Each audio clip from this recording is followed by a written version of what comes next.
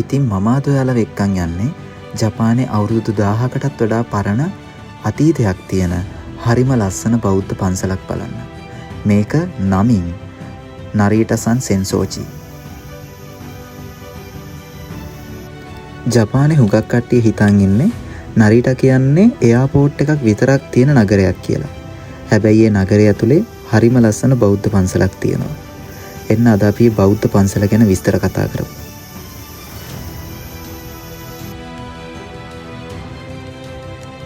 ඉතින් නරීටසන් සෙන්සෝජි පන්සලේ ආරම්භය සිද්ධ වෙන්නේ ක්‍රිස්තු වර්ෂ 940 දී. ඒ වගේම මේ පන්සලේ ආරම්භක යුගය ජපානයේ හෙයියාන් යුගය දක්වාම ඈතට විහිදිලා යනවා. ඉතින් මෙන්න මේ හෙයියාන් යුගයේදී සිද්ධ වෙච්ච ගැටුමක් අතරතුරදී කංචෝ කියලා භික්ෂුවක් මෙතනට ෆූදෝ ම්‍යෝ කියන රූපයක් අරන් ඇවිල්ලා ගිනි පූජාවක් කරා කියලා අතීත පොත්වල සඳහන් වෙලා තියෙනවා. ඉතින් අන්නේ සිද්ධියෙන් පස්සේ මෙතන පන්සලක් ඉදි කරා කියලා තමයි නරීටසන් ගැන සම්ප්‍රදායික කතාවේ සඳහන් වෙන්නේ.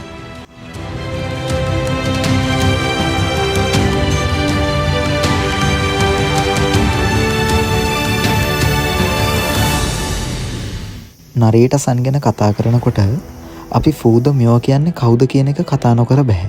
ගිනි දළු අතරින් එක අතක කඩුවක් තියාගෙන තරමක් භයානක ස්වරූපකින් නිර්මාණය කරලා තියෙන මේ ෆූදෝ ම්‍යෝ කියන චරිතය මේ පන්සලේ ඊටාම වැදගත් තැනක් ගන්නවා.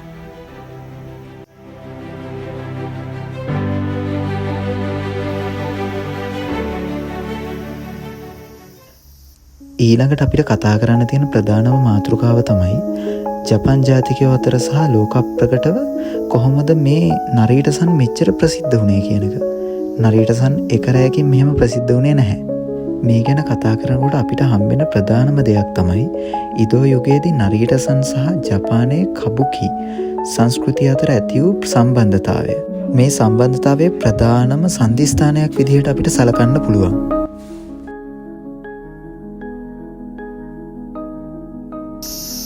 අද මෙහෙට මාර අවුව.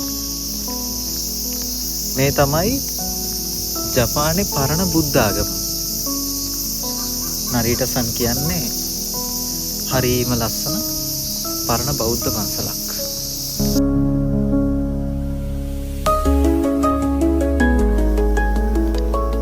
ඉතින් නරීටසන් ඇතුළේ තියෙන මේ පුංචි උද්‍යානයට ගිය හැමෝටම තමන් එක තප්පරයකින් වෙනම තැනකට ගියා වගේ දැනෙනවා.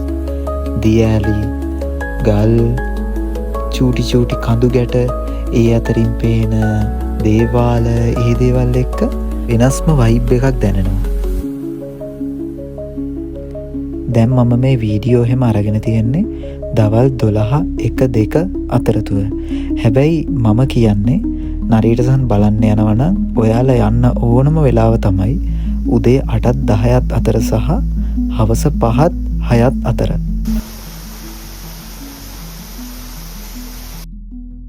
ඉතින් නරීටසන් කියන්නේ තවත් දේවාලයක් විතරක් නෙමෙයි. මේක ඇතුළට ආවට පස්සේ ලස්සන පරිසරයක අත්දැකීම් විඳින්නත් ඔයාලට අවස්ථාව තියෙනවා.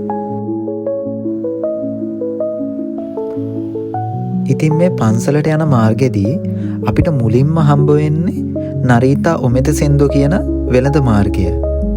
ඉතින් මේ පාරේ දෙපැත්තේ තියෙන කඩවල් වල ජපාන් සංස්කෘතියට අදාළ ගොඩාක් දේවල් ඔයාලට සිහිවටන විදිහට මිලදී ගන්න පුළුවන්. විශේෂයෙන්ම නරීටා කියන්නේ ආහාර පාන වලටත් බොහෝම ප්‍රසිද්ධ නගරයක්. නරීටසන් ගත්තාම මේක එක ගොඩනැගිල්ලක් විතරක් නෙමෙයි. මේක ලොකු භූමි ප්‍රදේශයක විහිදිච්ච ගොඩනැගිලි ජාලයක්.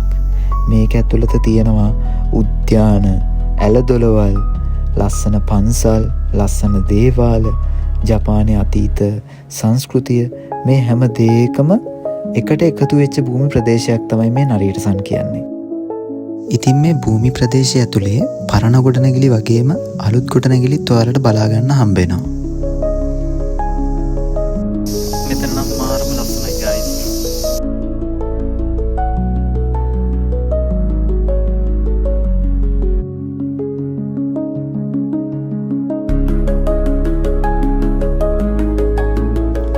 අද වෙනකොට නරීටසන් කියන්නේ ජපානයේ ප්‍රසිද්ධ බෞද්ධ පන්සලක්. විශේෂයෙන්ම අලුත් අවුරුද්ද කාලෙදී මේ පන්සලට ගොඩාක් ජපන් ජාතිකයෝ එනවා. අවුරුදු 1000කටත් වැඩි කාලයක් පුරාවට මිනිස්සුන්ගේ ඇදහිලි, විශ්වාස, වැඳුම් බිඳුම් එක්ක මේ නරේටසන් බැඳී පවතිනවා.